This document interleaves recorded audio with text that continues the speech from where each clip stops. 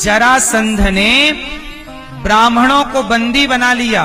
कहा बताओ पंडित जी, अब हम युद्ध करने जा रहे हैं, बताओ पंचांग क्या कहता है, ग्रह नक्षत्र योग क्या कहते हैं, हम जीतेंगे कि हारेंगे। पंडित जी बोल दिए कि आप इस बार जीत जाओगे, क्योंकि कह देंगे कि हार जाओगे तो निपटा देगा। तो डर के मारे बोल दी इस बार महाराज आप जीतोगे। तो जरासंध ने सारे ब्राह्मणों को बंदी बना दिया कि जीतने का बोल दिया है, और यदि हार गया तो भी कटवा दूंगा, सबको गर्दनें कटेंगी। अब ब्राह्मण देवता घबराए कि हे प्रभु, हमने कह दिया है कि ये जीतेगा, ऐसा करो प्रभु एक बार इसको आप जिता ही दो। तो ब्राह्मणों ने प्रार्थना की, भक्तों ने प्रार्थना की कि प्रभु आप इतनी बार जीते हैं, एक बार हार जाइए, क्योंकि कई बार हारना नहीं होता, हार भी जीत है। एक कदम पीछे ले लेना ये रणनीति है, ये भी एक रणनीति का हिस्सा है। कृष्ण नीतिज्ञ है, कृष्ण से बड़ा नीतिज्ञ कौन होगा। कहां एक कदम पीछे लेना है, कहां एक कदम आगे लेना है। आप लोग यही तो नहीं जान पाए, कृष्ण की यही रणनीति आपने जानी होती, बच्चों को ये रणनीतियां स्कूलों में पढ़ाई गई होती, तो ये भारत कभी भी गुलाम ना होता। ये गुलाम इसलिए हुआ गुरुजी, क्योंकि भारत ने रणनीति जानना पढ़ना छोड़ दिया। क्या रणनीति है जरा सुनिएगा। बताओ महाभारत में धर्म हुआ था कि अधर्म। धर्म क्षेत्रे कुरुक्षेत्रे धर्म का युद्ध था। बताओ महाभारत में धर्म हुआ कि अधर्म हुआ। जोर से। धर्म भी हुआ और अधर्म भी हुआ, लेकिन वो अधर्म किसके लिए हुआ, धर्म की रक्षा के लिए हुआ। इसलिए अधर्म भी जायज तब हो जाता है जब उस अधर्म से रक्षा धर्म की हो रही हो। आओ मैं आपको समझाता हूं कृष्ण भगवान की रणनीति क्या है, भगवान की कूटनीति क्या है। भगवान की एक दो नीति में आपको समझाता हूं, जो नीतियां सबको पता होनी चाहिए। चलो बताओ, भगवान कृष्ण ने, अब बताओ झूठ बोलना पाप है कि नहीं, जोर से बोलो।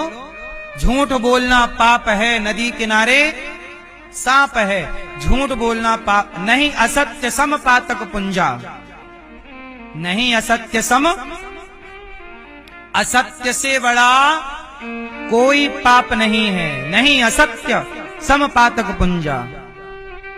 धर्म न दूसर सत्य समाना, आगम निगम पुराण बखाना। सत्य ही सबसे बड़ा धर्म है, यही हमारे वेद पुराण कहते हैं, ये स्वयं भगवान कहते हैं, वेद कहते हैं सत्यम ब्रूयात। अब जरा एक बात बताओ, जहां सत्य बोलने की बात हो वहां भगवान कृष्ण बोल रहे हैं धर्मराज युधिष्ठिर से कि जरा गुरु द्रोणाचार्य से कह दो कि अश्वत्थामा मारा गया। अब भगवान खुद झूठ बुलवा रहे हैं कि नहीं, उत्तर दो। क्यों भैया, भगवान स्वयं धर्मराज से क्या बुलवा रहे हैं, अश्वत्थामा मरा नहीं था और भगवान कह रहे हैं मार दो, कह दो कि मर गया। क्यों? धर्मराज बोले मैं नहीं बोलता झूठ, तो फिर अश्वत्थामा नाम का हाथी मारा और बोले अब बोल दो कि अश्वत्थामा मारा गया। हवा फैलाई गई कि अश्वत्थामा मारा गया। गुरु द्रोणाचार्य ने धर्मराज से पूछा, युधिष्ठिर आप बताओ, सत्यवादी हो, बताओ धर्म अश्वत्थामा मारा गया? तो कह दिया अश्वत्थामा मारा गया। धीरे से बोला नरोवा कुंजरोवा, तब तक भगवान ने शंख बजा दिया। तो गुरु द्रोणाचार्य को यह सुनाई ही नहीं पड़ा कि नरोवा कुंजरोवा, कि वो नर था कि हाथी था। अब यहां एक सवाल खड़ा हो गया भगवान कृष्ण पर कि आप ही कहते हो सच बोलो, आज आप ही झूठ बुलवा रहे हो, तो मैया बताओ झूठ बोलना पाप है कि नहीं? आपको नीतियां पता है, झूठ नहीं बोलना चाहिए, परंतु कहां झूठ बुलवाया? युद्ध में झूठ बुलवाया। क्यों बुलवाया? निर्दोष सेना को गुरु द्रोणाचार्य मार रहे थे, रौंदे जा रहे थे, यदि आपके झूठ बोलने से हजारों निर्दोषों की रक्षा हो रही है प्राणों की, तो बताओ वो झूठ सच से बड़ा है या नहीं? इसलिए वहां झूठ बोलना जहां आपके झूठ बोलने से ब्राह्मण की, गाय की, भक्त की, दीन की, दुखी की रक्षा हो रही हो। स्त्री सुनर्म विवाहे च प्रत्यर्थे प्राण संकटे। कुछ स्थान भागवत जी में ऐसे हैं, भागवत जी में बताया शुक्राचार्य जी की नीति है कि जहां, अब बताओ, गाय कसाई ले जा रहा था और तभी कसाई के हाथ से गाय छूटी और आपके सामने से गुजर के इस तरफ गई और वहां नदी के किनारे चरने लगी गाय। कसाई आया और बोला, भाई मेरी गाय इस तरफ गई है, तुमने देखा है? और आपने सही बोल दिया कि हाँ हमने देखा है, वो रही तुम्हारी गाय, और तुमने सच बोल दिया। वो कसाई गया और गाय काट दिया, तो आपने सच बोला था और आपके सच बोलने से गाय कट गई। अब बताओ आपको सच बोलने का पाप लगेगा कि पुण्य? क्या है वो पाप है। इसलिए शास्त्र कहते हैं वहां मौन रहना चाहिए। वहां क्या रहना चाहिए? मौन। पर आपने बोला, सच बोला, पाप, क्योंकि गौ हत्या हो गई। इसलिए वहां पर यदि आप झूठ बोल देते और कसाई को उस दिशा में भेज देते तो कसाई जाता, तब तक गाय उसके चंगुल से निकल जाती और गाय की रक्षा होती, तो वह आपका झूठ झूठ ना होता। इसका मतलब ये हुआ कि कई बार सच से भी पाप लग जाता है। इसलिए वहां जरूरी था झूठ बोलना। इसलिए जब हमारे देश में मुगल आए और हमारे देश के राजा लोग ईमानदारी से युद्ध करते रहे कि छाती में बाण मारेंगे, नहीं, वो तो पीठ पर मारते रहे। पृथ्वीराज चौहान ने 17 बार मोहम्मद गौरी को छोड़ा, उसने एक बार पकड़ा तो एक बार नहीं छोड़ा, आंखें फोड़ दी पृथ्वीराज की। जब उसने धर्म नहीं किया, उसने सोते हुए पृथ्वीराज को पकड़ा था, अधर्म से पकड़ा था। जब सामने वाला अधर्मी है तो उसके सामने तुम धर्म का मुंह क्या देखते हो? वो सच को समझता ही नहीं, तो उसको सच से क्यों मारना है? अरे झूठ को झूठ से ही मारना पड़ता है, कांटे को कांटे से ही निकालना पड़ता है। यह भी एक नीति है, यह भी एक नीति है। उदाहरण से समझो, दानवीर कर्ण का पहिया जमीन पे धंस गया। भगवान कृष्ण बोले कि मार अर्जुन। अर्जुन बोले कैसे मारना धर्म है? ये रथ के नीचे है, निहत्था है। भगवान कृष्ण बोले जब भरी सभा में इसने तेरी पत्नी को कह रहा था कि तेरे 5 पति हैं, छठा मुझे बना ले, तो बिगड़ क्या जाएगा? क्या ये कहना धर्म था? निहत्थे अभिमन्यु को, एक अभिमन्यु को इतने 7 महारथियों ने मारा, क्या वो धर्म था? बोलो। जब इन्होंने धर्म नहीं किया तो इनके लिए क्या धर्म का मुंह देखना? अधर्मी को अधर्म से मार देना ही धर्म है। कहां मुंह देखेंगे इनके लिए? तुम धर्मात्मा होते तो धर्म से मारते हम तुम्हें। भगवान ने बाली को छिपके मार दिया। बाली ने बोला कारण कवन नाथ मोहि मारा, मैं बैरी सुग्रीव प्यारा। भगवान बोले कि तुमने सुग्रीव की पत्नी का अपहरण किया इसलिए मारा। अनुज बधू भगनी सुतनारी, सुन सट कन्या सम ऐचारी, इन्हीं को दृष्टि विलोकं जोई, ताहि बधे कछु पाप न होई। अच्छा, बाली बोला मैं तो बंदर हूं। बंदर के लिए क्या खुद की पत्नी, क्या भाई की पत्नी, मैं तो बंदर हूं।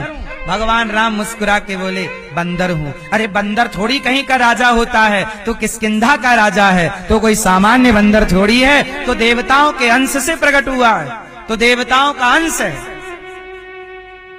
ये तू किसका अंश है? देवताओं का अंश है। तू इंद्र का अंश है। बोलो हाँ। और तू कह रहा मैं बंदर हूं? बोल, क्या पत्नी, भाई की पत्नी के संग जो तूने दुराचार किया है, बोल वो धर्म है? छोटे भाई की पत्नी पुत्री के समान होती है। छोटे भाई की पत्नी किसके समान? बेटी के समान होती है। छोटा भाई पुत्र की तरह और उसकी पत्नी पुत्री की तरह होती है। शास्त्र प्रमाण है इस बात के।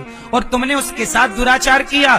तुम जैसे पापियों को आगे से मारो या पीछे से, बस मारो, यही धर्म है। सामने से राम जी चाहते तो मार देते, क्यों नहीं मारा? सामने से राम जी मारते तो बाली शरण में आ जाता। बाली की राम जी से कोई दुश्मनी नहीं थी। राम जी जाते तो बाली क्या आ जाता? राम जी की शरण में। वो शरण में आता तो राम जी शरण में आए को मारते नहीं। शरणागत कहूं जे तजहीं हित अनहित अनुमान ते नर पावर पाप मैं तिन्हि विलोकत हान। शरण में आए हुए को राम जी मारते नहीं। सन्मुख हो ही जीव वही जवहीं। तो राम जी मारते ना, और जब नहीं मारते तो फिर बाली नहीं मरता। और सुग्रीव को राम जी ने वचन दे दिया है कि सुन सुग्रीव मारी हूं बाल ही एक ही बाण ब्रह्म रुद्र शरणागत गए न उबरी ही प्राण।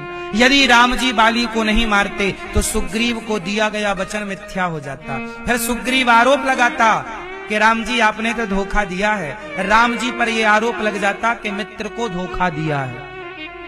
कहा था कि बाली को मारूंगा, और बाली को बाद में नहीं मारा। इसलिए राम जी ने कहा कि बाली को सामने से मारो या पीछे से, बस छिप के, पीछे से नहीं, पेड़ की ओट में खड़े होके मारा। मार देना ही धर्म था, क्योंकि ये तो आरोप लगना ही था कि क्यों सामने से भी नहीं मार सकते थे राम जी, क्योंकि सामने से मारते तो शरण में आ जाता, और शरण में आ जाता तो राम जी नहीं मारते।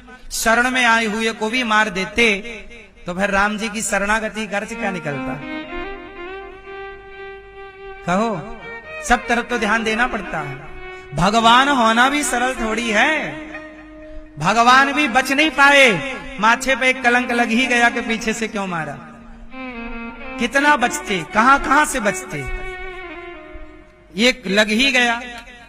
भगवान बुरे लगे तो लगे, लेकिन अब क्या करो, मारना तो पड़ेगा। इसलिए आप समझो, आप लोग धर्म से चला करो। ये बातें जो मैंने आपको बताई ये केवल जानकारी के लिए है। इसका मतलब ये नहीं कि तुम कल से झूठ बोलना स्टार्ट कर दो। झूठ बोलना स्टार्ट नहीं करना। झूठ बोलना पाप है। कि परिस्थितियां जब निर्मित हों, ये परिस्थितियों की बातें हैं, ये युद्ध नीतियों की बातें हैं। ये कौन सी नीतियां हैं? युद्ध नीति। कि युद्ध कई बार ईमानदारी से नहीं होता। ईमानदारी से अब देखो ना, अभी एक देश ने दूसरे देश में एक स्कूल में बम फेंक दिया, 160 बच्चियां मारी गई, छोटी छोटी पढ़ने गई थी, तो उस स्कूल में बम फेंक दिया, मिसाइल गिरी। छोटी बच्ची थी, कोई 5 साल की, कोई 8 साल की, कोई 10 साल की, और वो सारी 150 160 बच्चियां मारी गई। अब बताओ, क्या यह धर्म था किसी भी देश का कि तुम स्कूल में बम फेंको? नेता को आप अटैक करो, सेना को अटैक करो, ये बात तो समझ में आती है, लेकिन आप बच्चियों को अटैक कर रहे हैं। अब बताओ, जो अधर्म कर रहा है, अब उसके साथ धर्म कैसे किया जाएगा? अधर्मी के साथ धर्म करना भी तो अन्याय है। अधर्मी के साथ अधर्म से ही, उसकी भाषा में उसको जवाब देना ही धर्म है। हनुमान जी लंका गए, लंका गए, हनुमान जी खा रहे हैं फल, तो सेना आ गई रावण की, और रावण की सेना आई और हनुमान जी को मारने लग गए। तो हनुमान जी ने पकड़ा, और पकड़ के ऐसे कर दिया, ऐसे पकड़ के जमीन में घिस दिया, मार दिया। रावण बोला, क्यों बंदर, मेरी सेना क्यों मारी? हनुमान जी बोले, सुन रावण, मैंने किसी को नहीं मारा। जिन जिन लोगों ने मुझे मारा, जिन मोही मारा ते मैं मारे। मैंने किसी को नहीं मारा, जिन्होंने मुझे मारा मैंने उन्हें। ये नीति है। ये क्या है? क्या है? नीति। ये युद्ध की नीति है। मैं किसी को नहीं मारता, पर जो मुझे मारेगा, जो मुझे छेड़ेगा, छोड़ने का नहीं। यही नीति है, यही धर्म है। इसलिए सामान्य बोलचाल में, सामान्य जिंदगी में धर्म का पालन करो। परंतु जहां आपको युद्ध नीतियां समझनी हो, युद्ध करने, जब आप प्रधानमंत्री बने, राष्ट्रपति बने, आप सेनापति बने, तब के लिए आपको इन नीतियों का ज्ञान होना चाहिए। जो बात मैं आप लोगों को बता रहा हूं, ये बातें नेताओं को पता होना चाहिए। और नेताओं में भी उन नेताओं को नहीं जो अपनी पब्लिक के साथ झूठ बोलने लग जाएं। उन नेताओं को, जिन नेताओं को जरूरत पड़ने पर युद्ध की तैयारियां करनी पड़ सकती हैं। ये युद्ध की नीतियां हैं। हमारे यहाँ तो युद्ध हुए हैं, तो उनसे सीखा जा सकता है कि यहाँ पर क्या निर्णय लिया जाए। इसलिए राष्ट्र को बचाना है तो सुरक्षा चाहिए, और सुरक्षा नीतियों से होती है, रणनीतियों से होती है। इसलिए आप लोगों से मेरी प्रार्थना है कि भगवान की कोई भी लीला बिना कारण के नहीं होती। आप चूंकि समझते नहीं हैं, भगवान पर उंगलियां खड़ी करने लग जाते हैं। भगवान भगवान है।